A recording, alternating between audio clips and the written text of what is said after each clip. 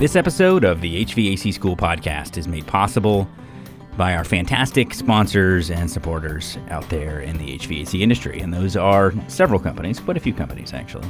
Mitsubishi Electric Cooling and Heating at MitsubishiComfort.com. Carrier at Carrier.com.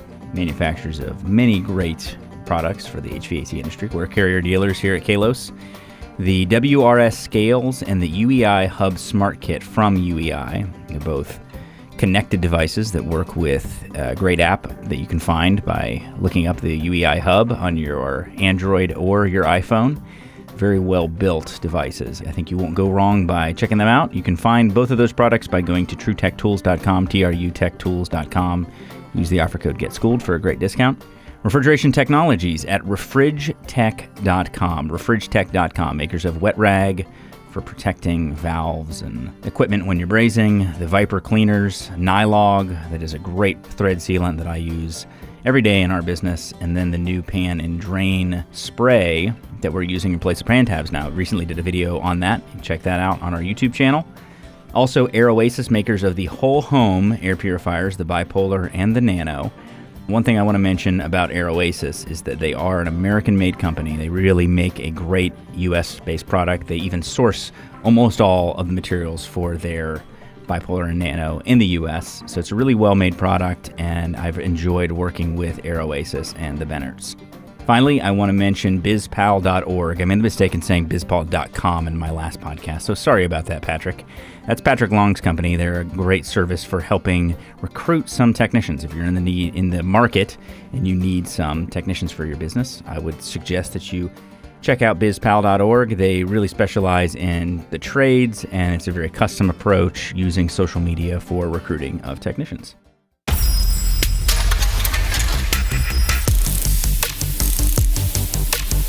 This is the guy who gets excited whenever he learns something new about HVAC, which is every day. Which means he is always a little too excited. For a grown man. Brian Orr. Hey, what do you say? This is the HVAC School Podcast, the podcast that helps you remember some things that you might have forgotten along the way about the HVAC trade, as well as helps you remember some things you might have forgot to know in the first place. I am Brian.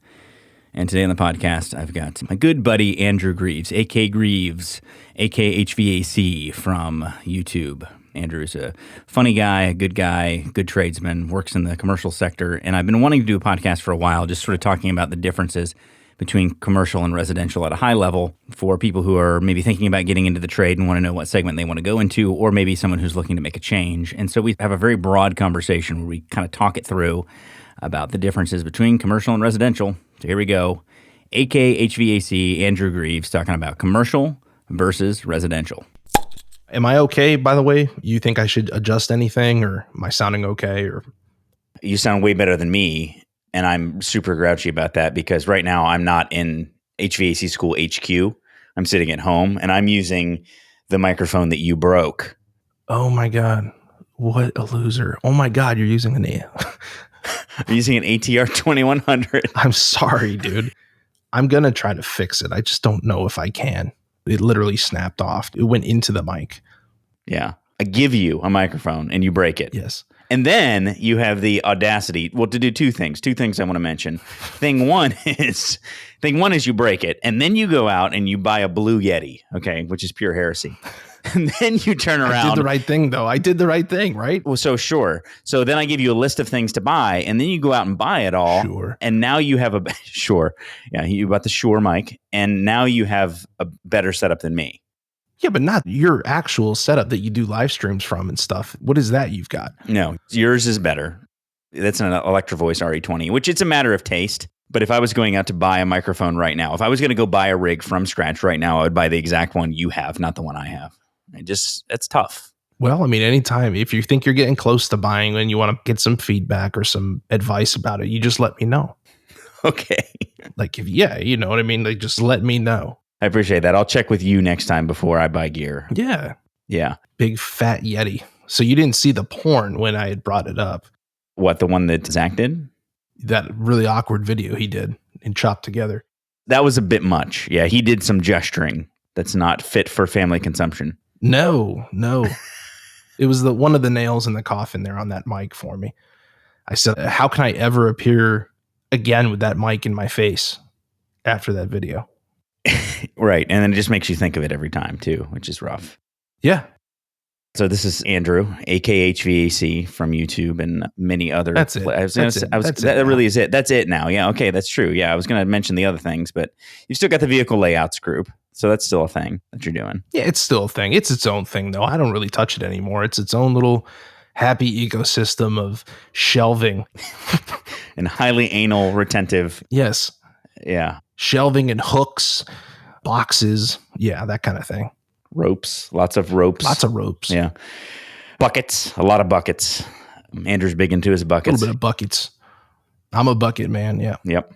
I agree. I'm a bucket man as well. I was actually a stool box guy for a while. I think I might have told you that. I rocked a stool box as my primary tool carrying thing. Yes. Which I think is good for residential. Not great for commercial. Oh, by the way, that's a great segue into what we're going to talk about today, which is the difference between residential and commercial, especially for those maybe early career guys who are making the choice of whether or not they want to pursue residential or commercial, or maybe even some guys who are possibly in residential and who are considering making the jump to commercial. That seems to be the way it goes. Like it's very rare that I hear of a commercial guy making a switch back to residential.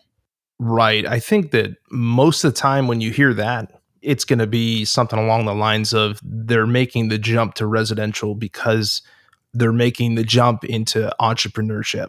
And it's often going to be the most realistic way for them to achieve that. Right. And that was one of the things on my list that we're going to get to. So let's start here. Necessity for school. So if you want to get into the more commercial industrial side, and so we're talking about commercial, there's a couple different aspects to that as well. There's like the market refrigeration side. That's Jeremy Smith, who I have on the podcast a lot and who's a big contributor to HVAC School. He's on that side, grocery store refrigeration, big box stuff. Then you have an industrial refrigeration, process refrigeration, that sort of, if you know Ulysses Palacios, he works in the big ammonia stuff. And then there's just large equipment, so chillers, large rooftop units, that kind of thing. And that's more what you do day in and day out, right? It is, yeah. It's just a majority of it is, for me, is comfort cooling. Comfort cooling on a large scale. So there's a little bit of process stuff in there, but it's usually just as a favor to our customers. It's not what we're usually trying to go seek out, but I've had to have my hands in a little bit of process cooling at certain manufacturing plants. Which is interesting because there is one segment in residential comfort cooling. And then in commercial and industrial, there's like all of these subsegments. So like working in market refrigeration is very different than working in restaurant and convenience refrigeration, which is very small stuff, reach-ins and restaurant equipment and that sort of thing. And so a guy who does that world may not really have barely any idea what they're doing when they go into market refrigeration.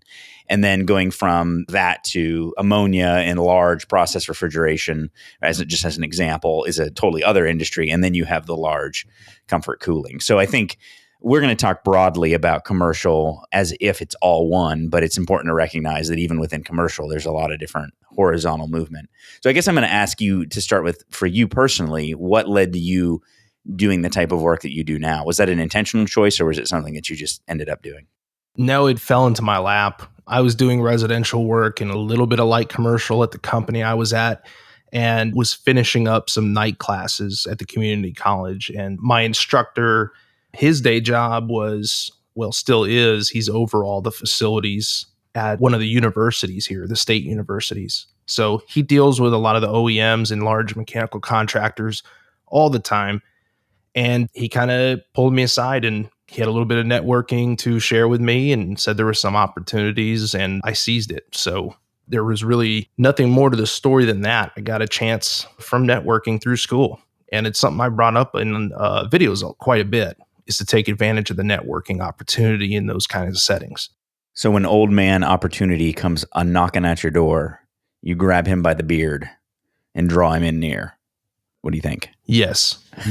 Okay, good. Make sure. I'm trying so hard. We're recording right now and I'm trying so hard to think of a poem to say back to you. And I can't do poems on demand. Man. Or haikus, nothing. That to me seemed like if I was going to make an HVAC related, I don't know, like Southern rock song, I think those words, those lyrics that I just laid down might make it in there somewhere.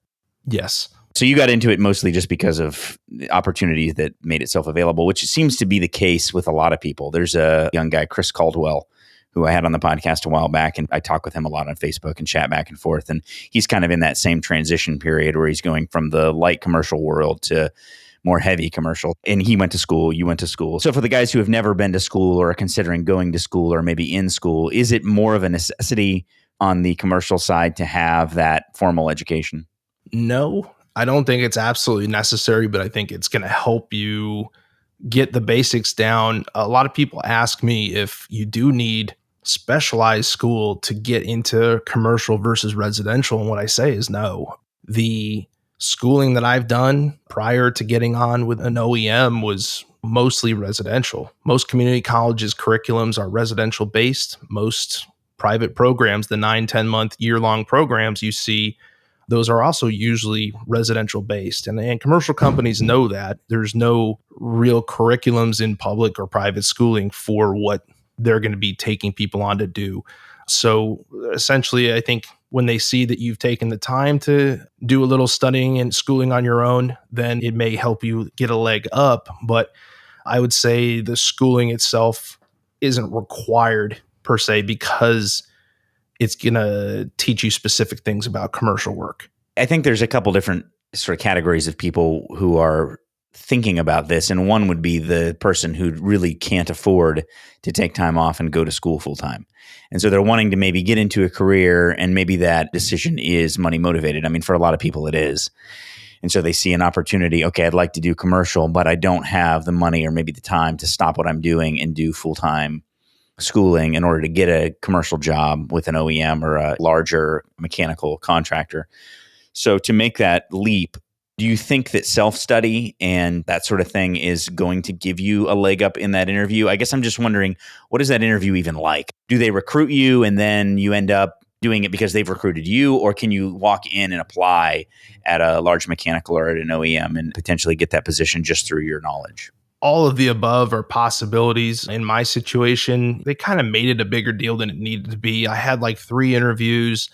They were in restaurants, and it just felt way more formal than it needed to be. But no, the school itself is not what got me the job. It was my ability to articulate my understanding of what would be required and the desire to learn, because that's what they really want to see. They know that at some point everybody's going to be new. When they need new people, you see a lot of times 5 years required on a lot of these internet websites, but the reality is they're just throwing that net out there. They're hoping to get that first, but it's just not a reality all the time. So don't let that keep you from knocking on the door. What they're looking for a lot of times is guys that don't have a lot of experience, a lot of bad habits that they're going to have to now take the time to unlearn or unteach you, if that's the right way to say it. It's almost easier for them to pluck somebody right out of either post-secondary school or out of high school or 1 or 2 years of residential and mold them up the way they want them to represent the manufacturer or that mechanical contractor in commercial settings. Okay, got it. And that's not that different than residential. I think a lot of residential, like commercial business owners, I would be in that group, feel that way, where it's not even a matter of, we often will talk about, you want people before they get bad habits, but it's not so much the bad habits, because even if somebody has the right mindset and they've got bad habits, I mean, I had terrible habits 5-10 years ago. So we all have bad habits. It's more so that they get in a mindset of sloppy work, of poor customer service, of bad attitude, of just all the crap that goes on in the trade where people are just so negative and cranky all the time. That's the part that is harder to break people of than it is the actual bad habits itself. If it's, I'm teaching my guys better habits every single day and they learn it because they're good people. But I think you're right about that in the residential side, at least, that's what contractors are looking for. But it's interesting to hear that that's the same approach that larger companies are also taking, which I think is a good approach. So let's talk about the type of work. And I didn't really realize that you had done much residential, but the fact that you have is nice because it gives maybe a broader sense of the differences there. When somebody's going from thinking about doing residential and light commercial to doing larger stuff, what is going to shock them about that change? What's going to be jarring about that move? For me, it was realizing, because you always hear people say, oh, the big stuff, it's still the same refrigeration cycle. It's still the same 4 main components. It's just a little bit bigger.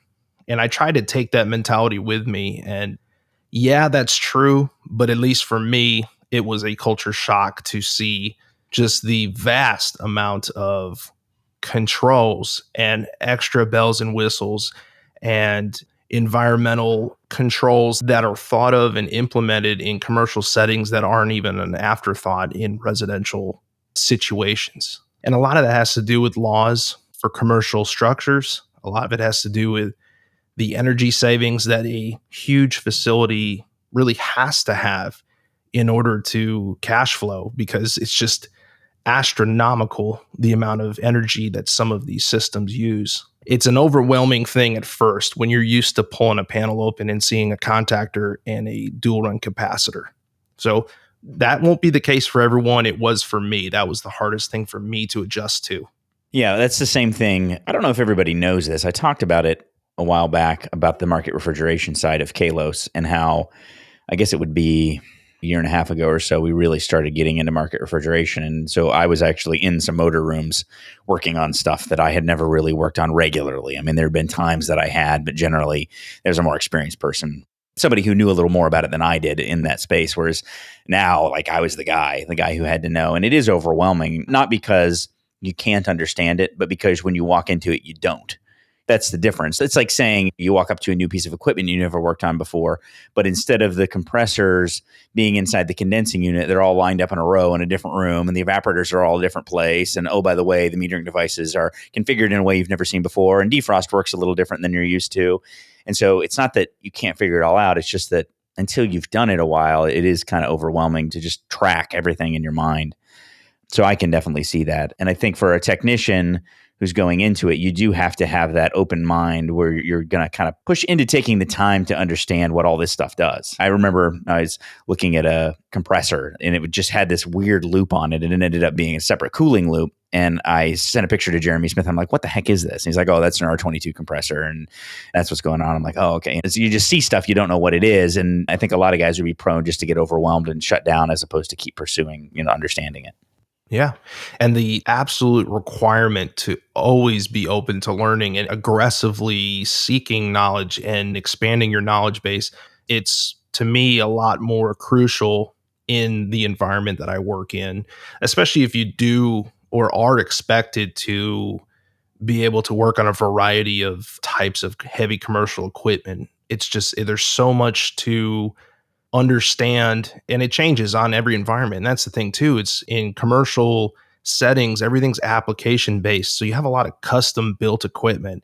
That's not just in refrigeration. I mean, that bleeds into comfort cooling as well, especially when there's humidity requirements and things like that. Like if you look at server rooms or facilities that require dry conditions or humid conditions, I mean, there's just an endless amount of possibilities and applications that really require the technician to really have that mindset of always being willing to ask for help or have the resources or know how to acquire the knowledge that they're lacking in. So you work with a lot of different people in this space, obviously, not just people who you work with directly, because we don't want to throw any coworkers under the bus, but you interact with a lot of people. And so do you find that the level of overall knowledge is greater in commercial than it seems to be in residential? That question's a little easier to answer if I know if the technician is going to be specializing in a certain area or not. If he is, then I put it a lot more akin to the residential technician who has that kind of little bit more narrow base of equipment that they're going to work on a daily basis. If you're a guy that's got to be able to work on a chiller one day and then go work on a VRF system the next, of an absorber chiller the next, VAVs one day, then you're going to have to really up your game intellectually to be successful long term. So I find that that's part of the beauty and the curse of doing what I do, because I really do love learning. So it is a good fit for me. But man, there are days and there are times where I really wish I could just walk in somewhere and just kind of do the job without having to think too much. Sometimes it gets old. So it's kind of a back and forth love-hate thing. Some days I just wish I worked in a facility on one type of equipment. And it's usually on those frustrating days that are kicking your butt. But overall, if you have the mindset that you enjoy being somewhere different every day on a completely different type of equipment every day, doing a completely different objective, it's something I would definitely recommend or encourage people to look into. Yeah, so you danced around that question like a ballerina. So here's not what I'm saying. I'm not saying are commercial guys smarter than residential guys.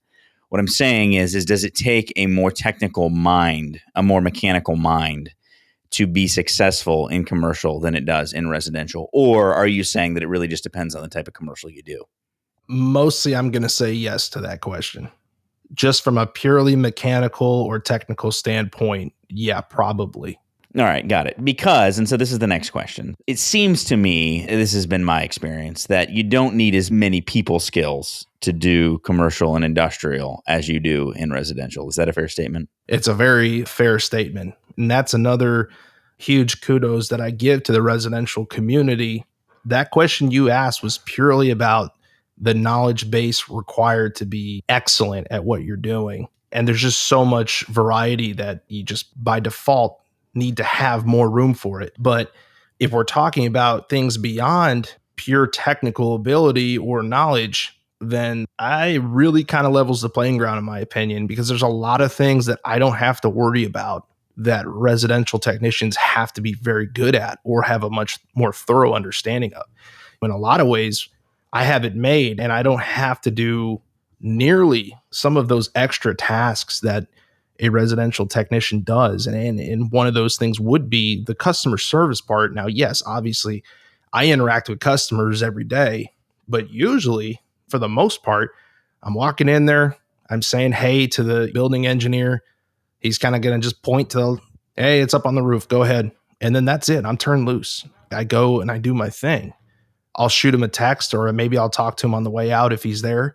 Maybe he's not even there. Maybe he changes shifts. It is what it is. I go home. There's things like that that I don't have to deal with. Same thing with invoicing, POs, stuff like that. Like there are mechanical contractors where technicians may get involved in that, but for the most part, it's very compartmentalized. They break up all those steps of the overall transaction of labor, money, and service, and they split that up to competent people in those areas. Whereas you guys have to be able to do all of that and do it well and do it by yourself. Would you consider yourself to be an extrovert or an introvert? Introvert with extrovert tendencies, I guess. Okay. I guess it's kind of hard for me to say I'm an introvert if I do stuff on YouTube, but I'm much more willing to put a YouTube video up than I am to go do something in person. I'm the same way. And I think maybe it's being like mission oriented. Like if I'm doing something, if I'm in the middle of something, I cannot stand someone stopping me and asking me a question, especially if it's a random off the wall question, which is terrible for a business owner because every time I walk through the office, somebody wants to talk about something. And it's like a joke around the office. Like I walk fast on purpose in hopes that people won't stop me and try to talk to me. And I think there are some people who they're the opposite, where they look for opportunities to have conversations and interact with people and all that.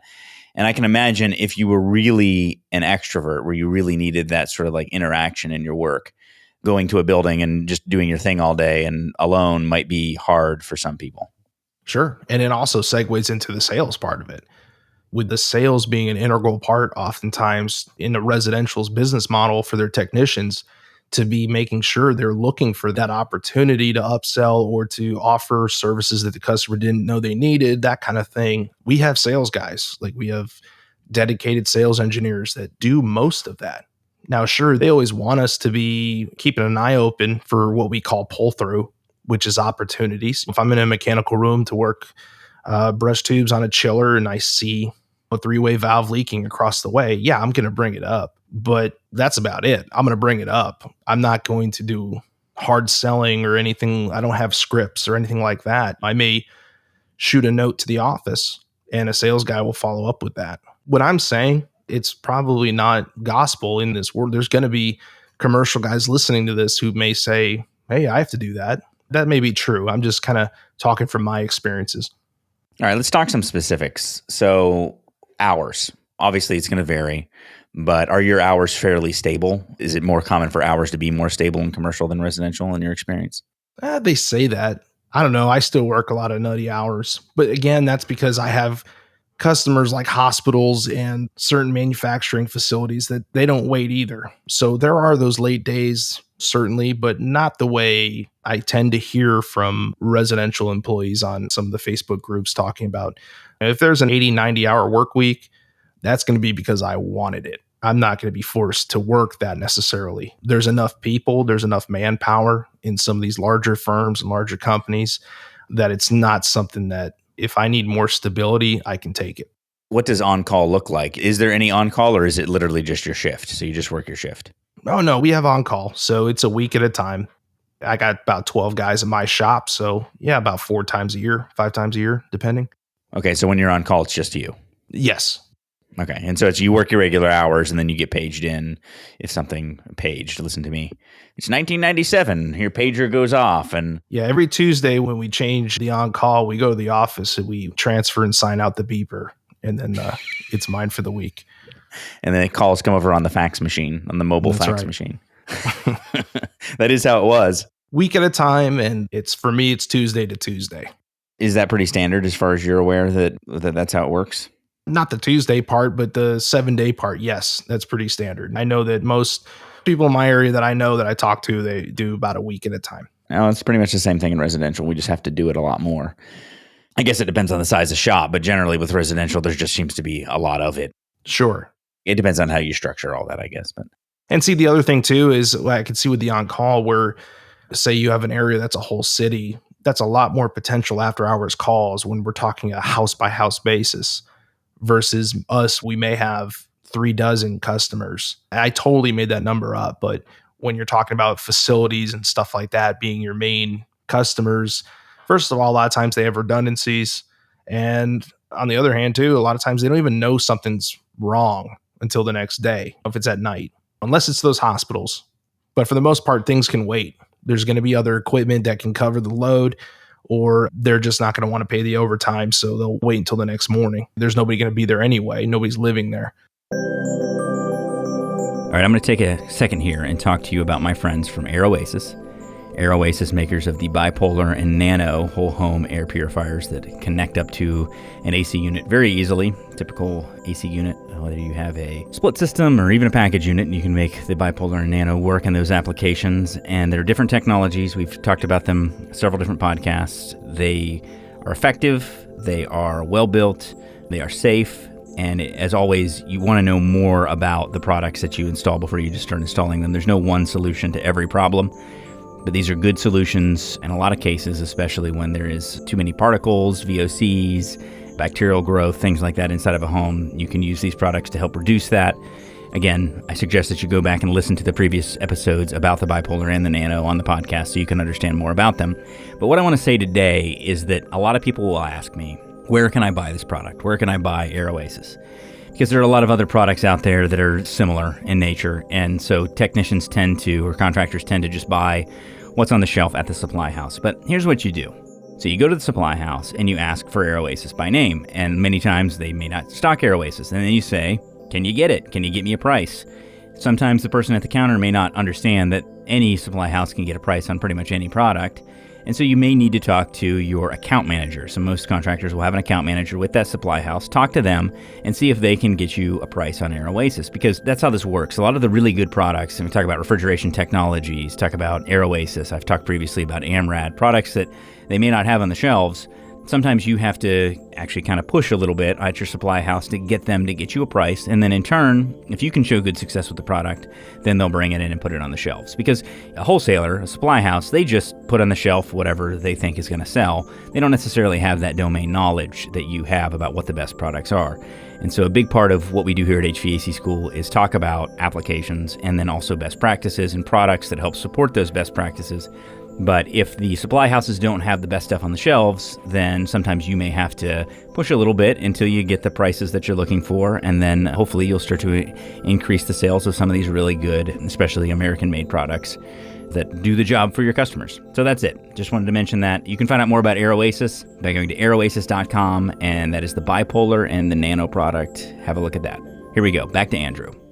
So let's talk about the weirdest difference is growth potential. So like, what does it look like in a commercial shop or working for an OEM to move up? Like, what does that track? I'm trying to think of the differences between commercial and residential, because obviously most commercial and residential shops will have technicians, and then usually there's at least a service manager or somebody with a title like that, and then kind of a lateral move maybe to sales. But there's a couple intermediate steps, I guess. So I guess too, the question is union, non-union shop, OEM, is it a facility, that kind of thing. Because there's also working in commercial doesn't mean you automatically work for a private mechanical contractor. So you may work at a university as an HVAC technician. You could work in a factory as an HVAC technician or the OEMs. So yes, technician, mechanic, whatever you call it. There could be a foreman position. If you're union, that's usually the name given. Service manager. You can move on into training. If you're at the OEMs, there's usually trainer positions across the board in different areas, whether rooftop chillers, VRV, VRF. You're going to have people that are dedicated to those areas, and those are opportunities that a technician could ultimately make the jump to. Yeah, that's probably the direction that I would have gone if I didn't have my own business. In fact, I've even thought, like, if for some reason something were to happen with Kalos, which, I mean, heaven forbid, but I think that's probably what I would do, because, starting a business is just absolute hell. It just is. Like, I can't imagine doing it again, but it's the kind of hell that you just have to decide to embrace.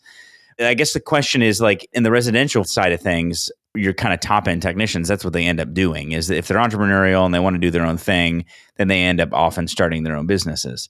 Whereas in the commercial mechanical side, that's a pretty hard thing to do. It's pretty hard to be a top commercial mechanical tech and decide to start your own mechanical contracting business. Oh yeah. I don't even know how you would do that as just a regular guy like me being a technician. I don't know how I would even consider that unless I came from big money or had a partner, I guess, somehow that had a lot of money. I don't even know how you'd even start that ball rolling. That's why I said in the beginning, I almost feel like if you do hear of guys going from commercial to residential, that's probably why. That was the way they could realistically get into business. And I guess in some ways, maybe that is, if you wanted to eventually have a big commercial shop, then maybe you start in residential, maybe light commercial, and then work your way up to the larger stuff as you build up your business structure. Yeah. You'd have to wait until you could scale that. Yeah, it's actually pretty rare to do that because they are so different. Well, for a company to go from small residential, light commercial, and then make that jump into the bigger stuff, there's a lot of companies that try it, obviously, but that's what I was going to say. You get a lot of guys out there in town that you see trying to do it, and they usually can't hold on to basic service contracts because they're not ready for the demand, I guess, on top of the residential business they've already established. Well, because the business models are so different. In residential, you hear constantly about flat rate pricing and all this stuff. Well, that does not work. Can't do in it. Large. It doesn't work. I don't care. And people will say, "Oh no, it absolutely does work." I'm like, bull crap. I mean, when you're dealing with it would be like me going to Walmart and saying, "Hey, Walmart, here's my flat rate price to install an expansion valve on your case." And they're going to laugh me out of the building. That's not how it works. You fit into their processes, not the other way around in most cases. Yeah, a lot of times they're going to tell you what the not to exceed limit is, the NTE, when you walk on site, and you need to call and justify any overages before you can even continue your work. And also just, it's more so a negotiation than anything else. It's not like they're calling you like, "Hey, what's your price for a contactor? How much does a pound of Freon cost?" It's not like that in the really big side. It's more of a high level negotiation where you develop a contract and then you work out all those details. And then that's just how it works. It's more process oriented. Right. Which is nice, actually. I mean, there's a lot of things to like about it, but there's also a lot of things to hate about it. I mean, I don't know if I've told this story yet on the podcast. I don't know if I want to tell this story. Anyway, we had some issues with a very large company.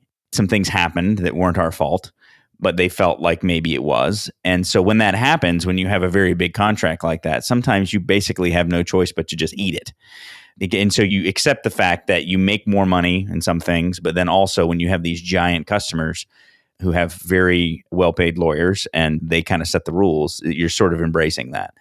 And somebody slips and falls in the building when you're doing something and you were involved, then you're going to get roped into that lawsuit. And that kind of stuff happens all the time in commercials. So yep. As a technician, you don't have to worry about that. But as a business owner, those are all significant considerations. So it does make it hard to make that jump. Absolutely. That's a whole other element to that too, what you're saying on the business side of it that I probably can't even give you as good of input, but that's all in addition to the technician part you were talking about before. It really is different across the board on the multiple fronts.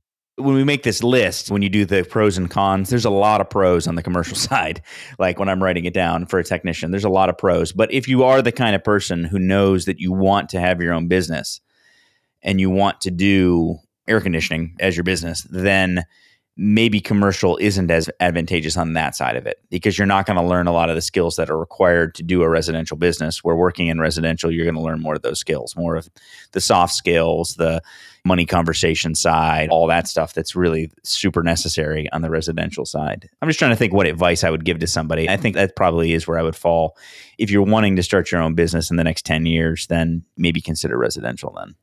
I would 100% agree with that sentiment because I would follow that up by saying if you do feel like what you want to do, what makes you happy is fixing things, I would say absolutely. I would look at commercial and bigger as a great avenue for you. Because of that, you have all the resources in the world usually with those, especially if you get on with the OEMs.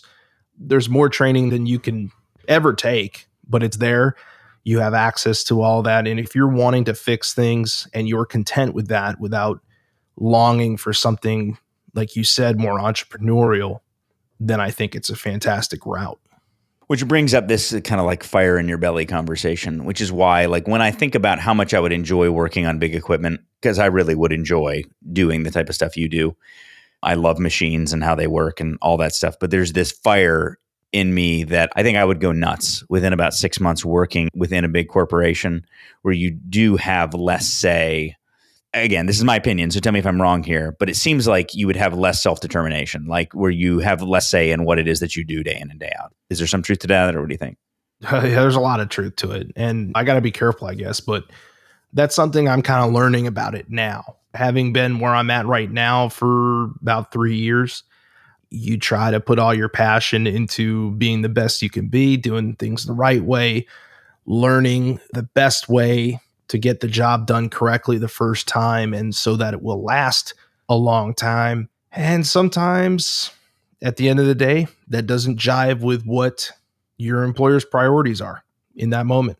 That can be really difficult to stomach, and it can be difficult to tolerate when you put everything into being that person.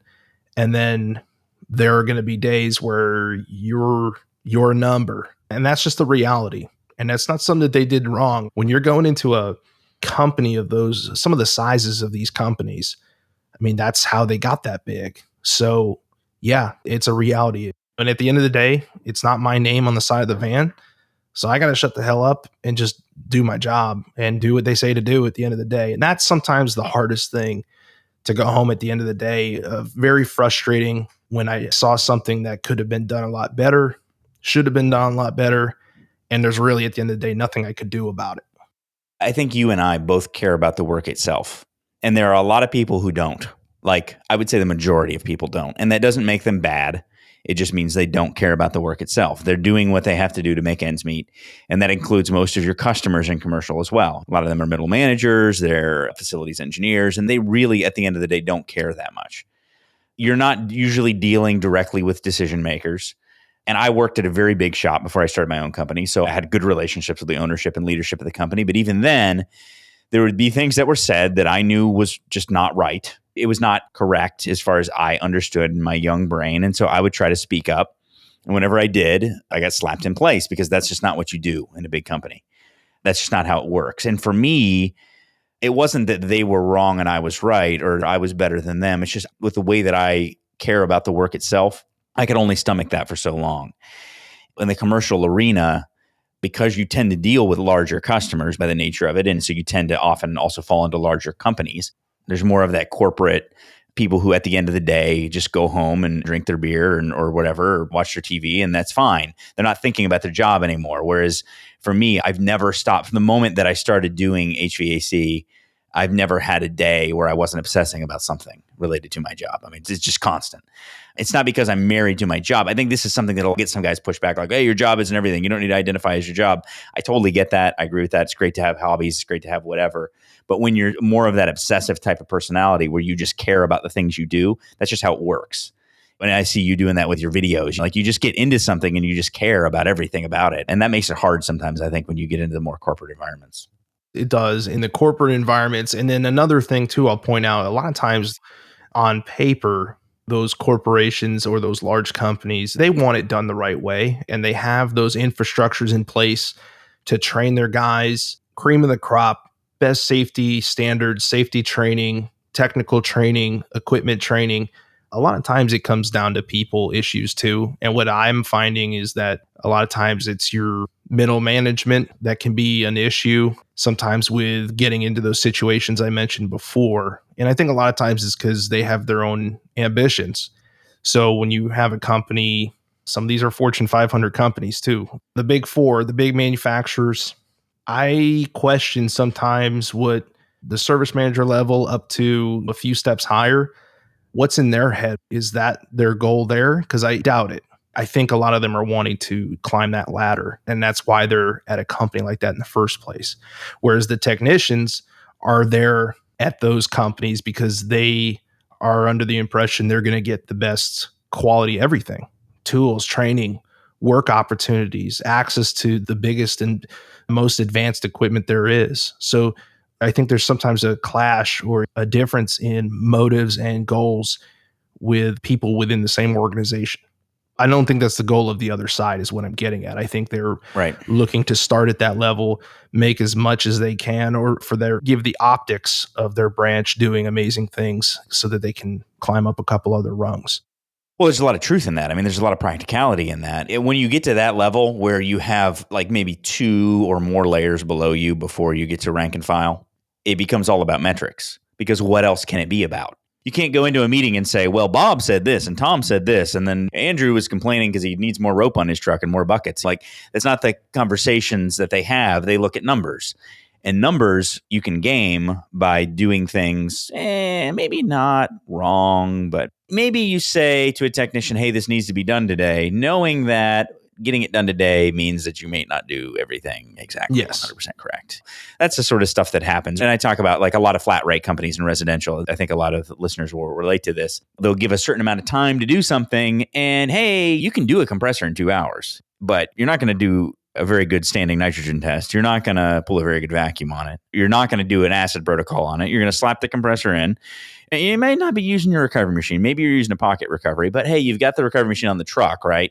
And so there's that stuff that goes on all the time in our trade. And yeah, you can slap a compressor in 2 hours, no problem, if that's how you do it. But if you give somebody 3 hours to do it or 4 hours to do it, and sometimes to do it right, it may take 5 or 6. What are they going to do? Well, they're going to make sure they get it done under that time. And the dispatcher's calling them 2 hours in saying, are you done yet? We have 6 more calls on schedule and got to get it done. So there's a version of this in residential too. I'm not saying that it's just in commercial, but I think in commercial, you're exactly right. It's not top level leadership, because top level leadership have no idea. They want everything perfect. They want to make all the money in the world, and they want kumbaya, hearts and flowers, best quality, everything. It's the middle managers are the ones who know what has to be sacrificed in order to hit those numbers. And they're the ones making that decision, because that ultimately that's what it takes to get out of that position in a lot of organizations. Oh, yeah. And a lot of those companies, at least the most top tiers, when we're talking about company size and stuff, a lot of times they're publicly traded. They're accountable to shareholders at the end of the day.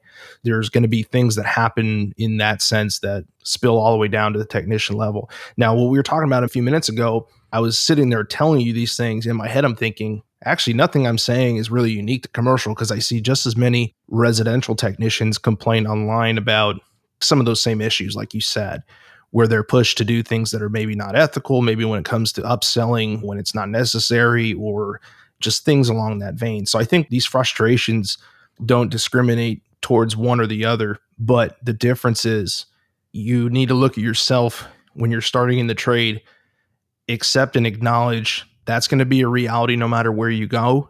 If it's something that you think long-term you'll be able to stomach for the sake of the actual job, then I would look at the heavier stuff. If you want to be really good mechanic and you want to get lots of great training, and you will, but you will have to deal with that stuff your whole life. If you go residential, you may still deal with it too, but you have that out when you put some years in, maybe 5-10 years, go on your own. Do it the right way. Do it the way you always imagined it needed to be done. And nobody can tell you anything different. So I think that's just something to weigh, because you're going to have to deal with that everywhere. The difference is, where are you going to be able to do something about it? And some people are cut out for what I do now, because I'm still kind of at an in-between stage where I don't know 10 years from now what way I'm going to go. But there are guys that are, and there's nothing wrong with them either. They're perfectly content to go to punch in, punch out, and do things the way the company wants. And the trade-off is worth it. It offsets it. And that's cool. That's just something that you need to determine There's no perfect answer to where you fit in this umbrella. Well, and that's just it. If you are the kind of person who can have that inner peace with just like, hey, ultimately, it's not my decision. I'm going to do the best job I can at every job. And I like working on these machines, and I can bring up the next generation and encourage them in good practices, then I think commercial is excellent. But if you have that thing in you that's like, you got that little bit of rebel in residential, even if you're not the boss, you are going to tend to have a little bit more influence. It's just the nature of it. Most residential shops are smaller, especially if they're ones that care about the technical side. I mean, there's a lot of big companies that are popping up now that are really just sales companies. And for guys like me, there's no way I could ever do that. Again, some of you may be suited for that, and that's not necessarily a bad model. I tend to struggle with it, though, for reasons that I've mentioned on many occasions. But there's a lot of good small residential companies that care about doing things the right way. And as a lead technician, a senior technician, you can have a lot of influence on how those companies are run.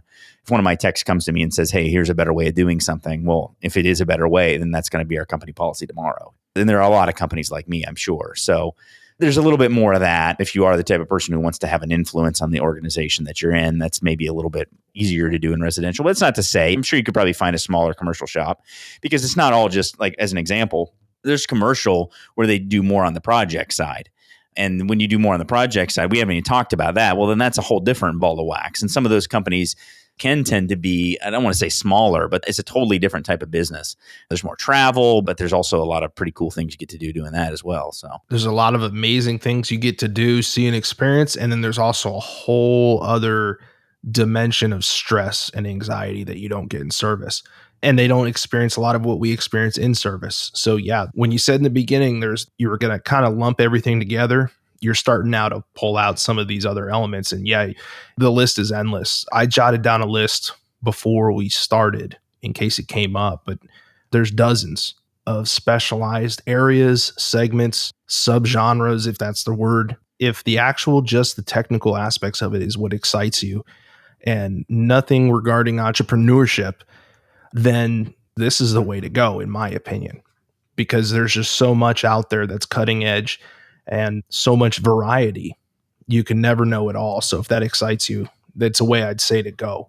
A lot of things that are just now becoming exciting in residential has been around for decades. So one of the biggest things you see right now in the social media sphere in the HVAC world is inverters, or sometimes some of the duct-free stuff, the VRF and stuff like that. I mean, VRF is decades and decades old, 30 or 40 years old. Inverter technology, variable speed drives, that's been driving high horsepower motors for 20, 30 years. You get to stay on top and ahead of the lag that you get in residential of having that technology fall into your hands. yeah, if you love machines and you really love working on machines, I mean, you get to tear down compressors, you get to put in, when's the last time you get to change a valve plate on a compressor in residential? It doesn't happen. So you don't get to do those kind of cool things that sometimes you get to do in commercial. And for some people, that doesn't ring your bell at all. It's like, I don't care. I just want to make money. On the money side, yeah, there's money to be made in residential and money to be made in commercial. If you want to make good money fixing broken things, well, then commercial industrial is the way to go. And in fact, probably becoming highly specialized in high-end equipment or specialty equipment is probably even more so the way to go. Get a lot of specialty training in controls or VRF or specific chillers, then you're probably going to have the greatest ability to earn. First of all, let me ask you, do you agree with that statement that highly specializing in some things is a good way to make more? It absolutely is. I did that early on at my branch. I kind of took the torch for the duct-free and VRF when everyone else was focusing with the chillers. So I still get to work on chillers some, not nearly like some of our actual dedicated chiller mechanics. And again, it's a blessing and a curse because now 100% of calls for VRF, they're sending me out there.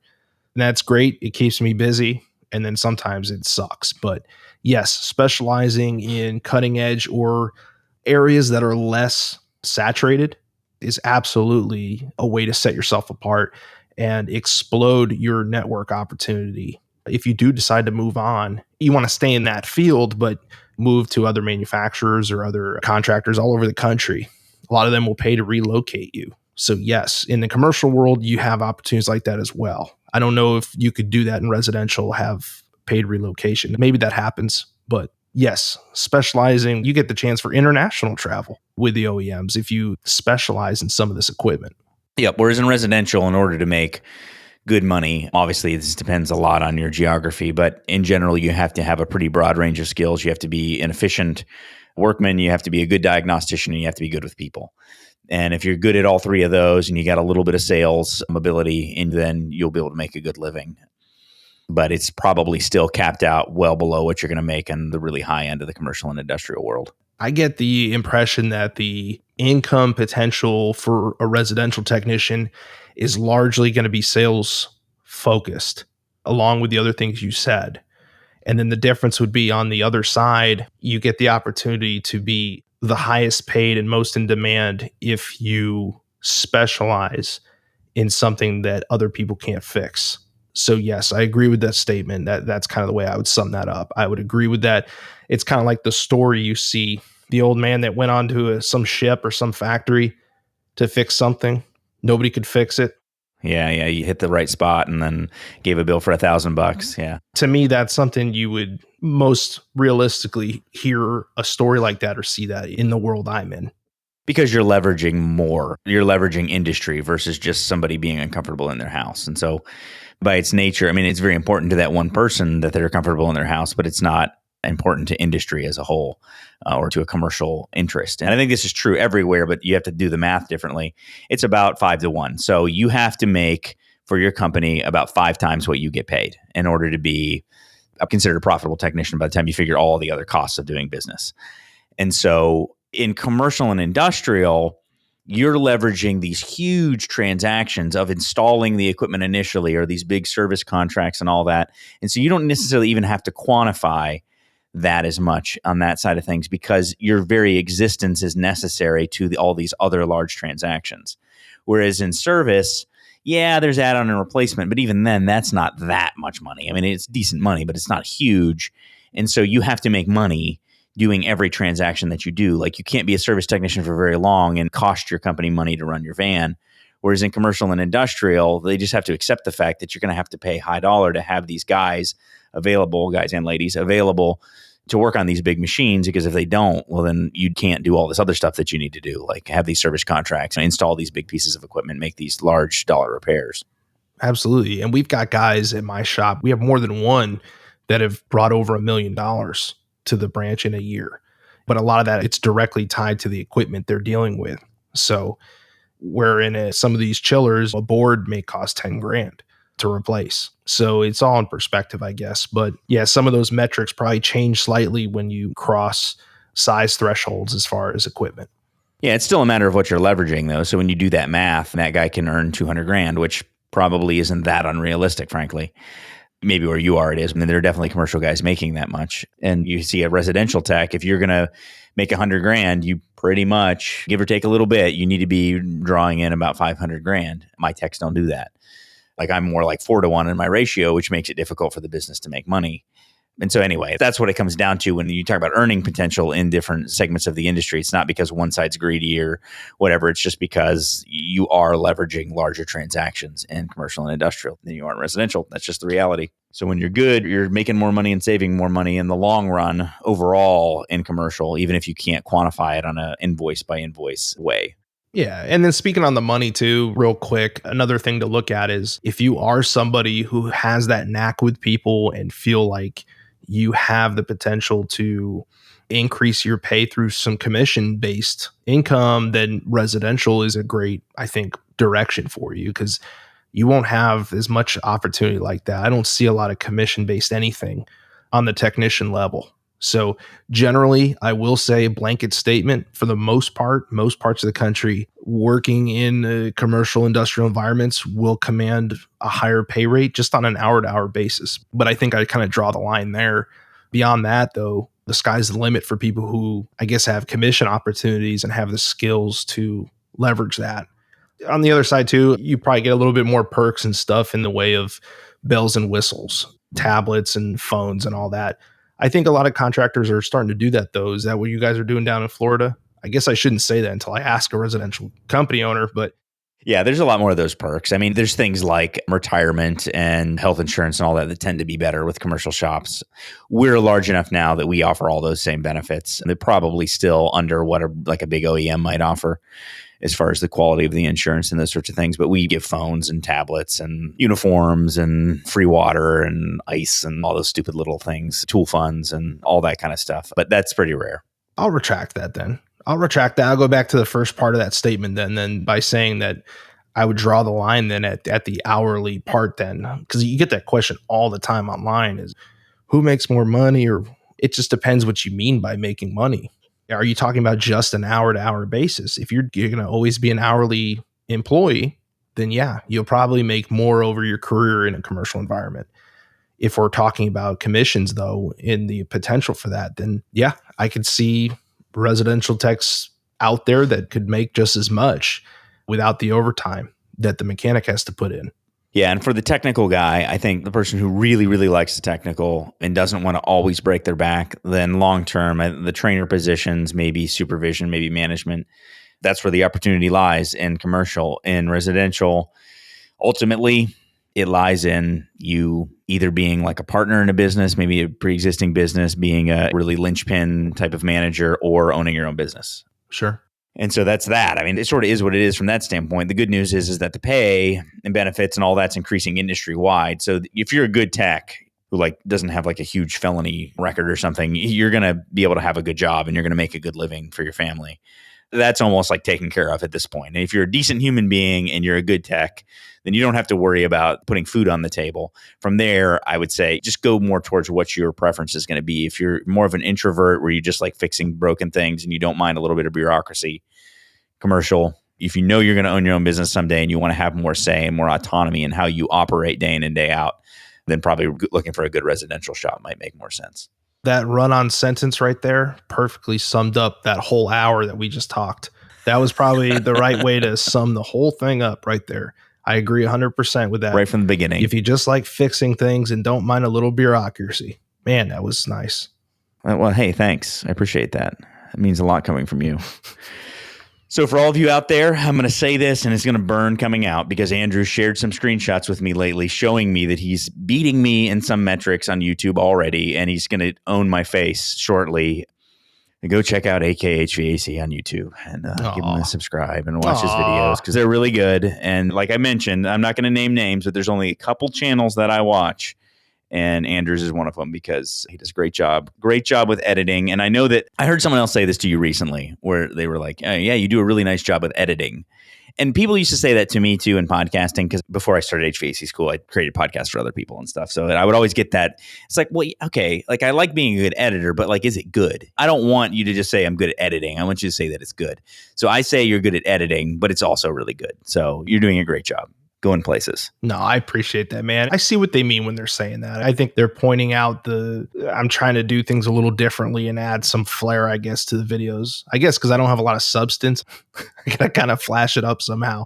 So I'm definitely not the smartest guy out there. So there's tons of great channels that are super technical and go way beyond the experience level that I have. So I still enjoy doing it though. So I'm just going to make the videos as fun as possible to watch and entertaining visually and go from there. Sounds good. All right. Check it out. AK HVAC. Andrew, thank you for coming on. I appreciate you, buddy. Thanks so much, Brian. Talk soon. Hey, thanks for listening to this episode of the HVAC School Podcast. No, it was a long one, but I appreciate you hanging in there and listening.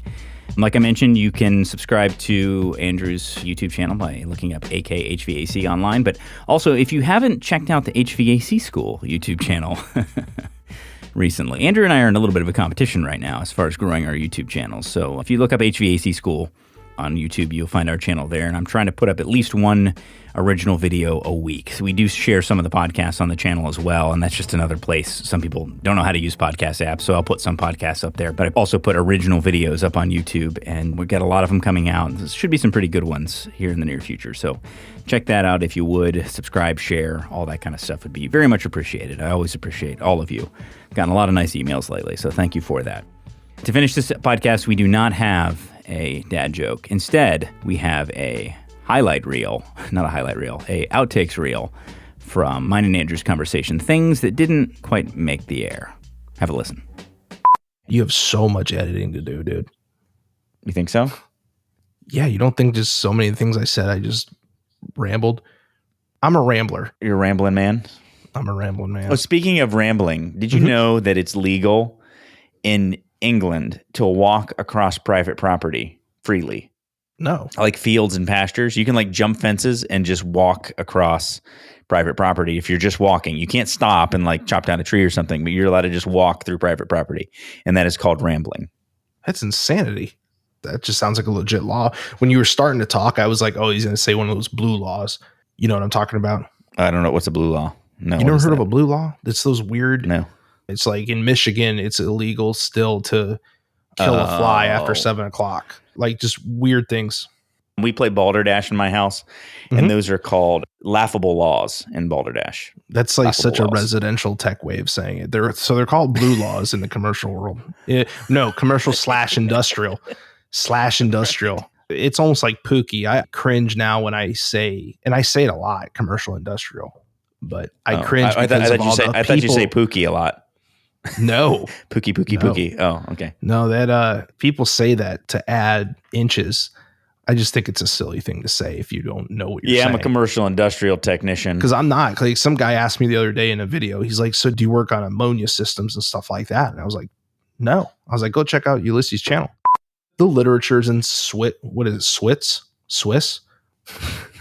No, no, actually, did you know that Swiss is not a language? So is it Danish? I know that there's some countries in like Holland and Belgium, they all like have different names for their people. Like I always mix it up. There's like Swiss German. They speak Swiss German, and then there's like a version of French that they speak. There's like 3 different languages in Switzerland. If I trace your genealogy, there's a little bit of switch in there, isn't there? Swiss German. No, mostly Polish. Oh yeah, no, mostly Polish. Okay. We make a mean sausage and a latke. Do you make pierogies? Yeah. Well, I mean, my ancestors did. I don't make pierogies personally, but You ever had Mrs. T's from the frozen aisle? no, I haven't. Oh, they're so good. Should I check that out? It's good. Okay. Yeah, Well, yeah. Very commercialized version of pierogies.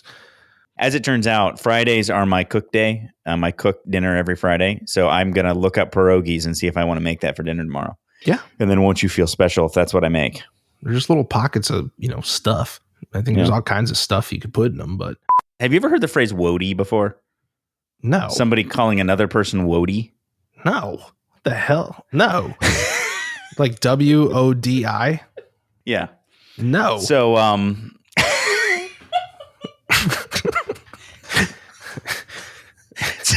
your incredulity is perfect for this. So all growing up, I had friends and I played football in middle school and they were from a certain part of town and they would always say, "What up, Wody?" to each other. Wody was like a term of endearment for your friend. And I've gone my entire life saying this to other people and nobody ever knows what I'm saying until a few days ago. And I said it to another young guy who went to the same high school that I would have gone to if I wasn't homeschooled. And he knew exactly what I was saying. He's like, "Man, it's been a long time since I've heard that." What? Yeah. Dude, that is so weird. That's like slang on a school district level. Like, Right. I didn't know that existed. no. Maybe in like a small micro community, but not in a school district. Because he's like, I don't know, 15, 20 years younger than me. Yeah. Not 20 years. That'd be ridiculous. I'm only 35. He's not 15. He's 15 years younger than me. Right. And he knew what Wody was. And anyway, I just thought maybe you could try using it in a sentence sometime. So what? What up, Wody? Is that another request you have for me in a video now? No, that's a bit extreme. You're trying to ruin me here. You're trying to I'm trying to ruin your future career. Subvert the right. progress. Yeah. Uh-huh. Maybe just if next time you see me, maybe at AHR in Atlanta, maybe you could just say, "What up, Wody?" That would make me feel good. I mean, if you care about me, just right. You could maybe say that would. Of course, you sent me your cupcake probes early on when you made them, and I didn't respond to you for several days, which didn't make you feel good. You made me feel like trash for a while. Yeah, in the beginning. So I have harbored that a long time, and it's okay now, but that was pretty rough. You're a busy guy. I know. And Right. It's cool. It's cool. There's probably 10 or 15 people who have an open door, and you're one of them. I mean, Jim Bergman has an open door, and you also have an open door. which means that you are the same as Jim Bergman. That Just saying. No, he. You know what? I harbor things, and I harbor the cupcake probe snub, and I harbor his bloodshot eyes when he looked up at me at the bar. No idea who I was, which is fine. I mean, what is that? I mean, I don't care. I'm just a guy, but don't look at me like that with absolute disgust. What are you talking about? Oh, I didn't tell you this? Doesn't have Oh, I swear I told you the story. No. I think I better hit stop recording. How do you not know the story? You were right there. You don't remember. He didn't remember who you were. He didn't know who you were. Yeah, it? Yeah. But so are you saying, so am I just kind of adding elements to it by just illustrating the color of his eyes? What are you adding? I said he had bloodshot eyes and he had a humpback and he had like scales instead of skin. And yeah, maybe I'm kind of fabricating a little bit too. It makes a better story though. All right. We'll talk to you next time on the HVAC School Podcast. Thanks for listening to the HVAC School Podcast. You can find more great HVACR education material and subscribe to our short daily tech tips by going to HVACRschool.com. If you enjoy the podcast, would you mind hopping on iTunes or the podcast app and leave us a review? We would really appreciate it. See you next week on the HVAC School Podcast.